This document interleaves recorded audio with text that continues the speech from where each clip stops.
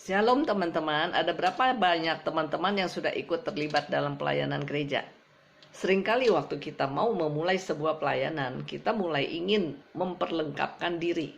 Salah satunya adalah kita ikut baptisan air dan lain sebagainya. Nah, waktu Yesus sesudah dibaptis oleh Yohanes Pembaptis, di Matius 3 ayat 17, tiba-tiba ada suara yang mengatakan begini.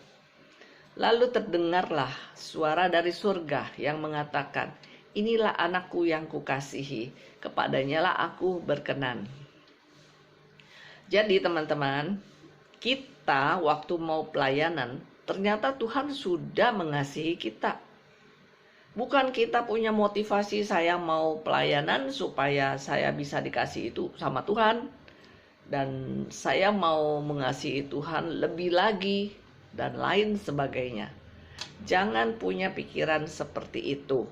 Karena yang harus kita pikirkan baik-baik adalah waktu kita mau memulai segala sesuatu, ternyata Tuhan sudah berkenan sama kita. Karena Tuhan melihat kita sebagai anak yang dikasihi oleh Tuhan. Nah, sekarang banyak banget orang-orang waktu sudah masuk ke dalam suatu pelayanan, tiba-tiba mereka jatuh ke dalam dosa. Dan waktu mereka jatuh ke dalam dosa, ini kejadian persis sekali yang dicatat oleh Alkitab. Karena satu pasal sesudah Matius 3, Matius pasal yang keempat, ini adalah pencobaan yang terjadi di padang gurun. Bahwa iblis mencoba Yesus. Nah, saya akan membacakan ayat yang ketiga dan ayat yang keenam. Lalu datanglah si pencoba itu dan berkata kepadanya, jika engkau anak Allah, perintahkan supaya batu-batu itu menjadi roti. Ayat 6. Lalu berkata kepadanya, jika engkau anak Allah, jatuhkanlah dirimu ke bawah. Sebab ada tertulis mengenai engkau, ia akan memerintahkan malaikat-malaikatnya dan mereka akan menantang engkau di atas tangannya, supaya kakimu jangan terantuk kepada batu. Nah, ternyata waktu kita kepleset jatuh dalam dosa saat kita sudah melayani Tuhan. Ingat sekali lagi, saat kita sudah melayani Tuhan, kita seringkali menjadi tertuduh. Karena apa? Iblis datang dengan modus yang sama. Kata yang dikasihinya diedit, sama iblis dihapus. Jika engkau anak Allah. Dan iblis menggunakan kata jika. Oke?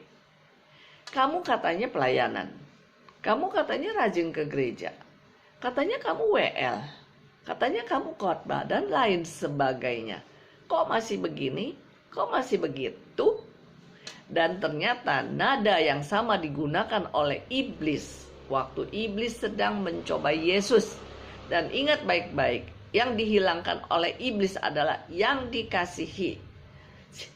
Jika engkau anak Allah, yang dikasihinya diedit sama iblis. Iblis lalu punya intention untuk menggoncangkan iman kita. Dan akhirnya kita nggak percaya bahwa kita disayang sama Tuhan Yesus. Tugas kita waktu jatuh ke dalam dosa adalah tinggal ngaku sama Tuhan Yesus.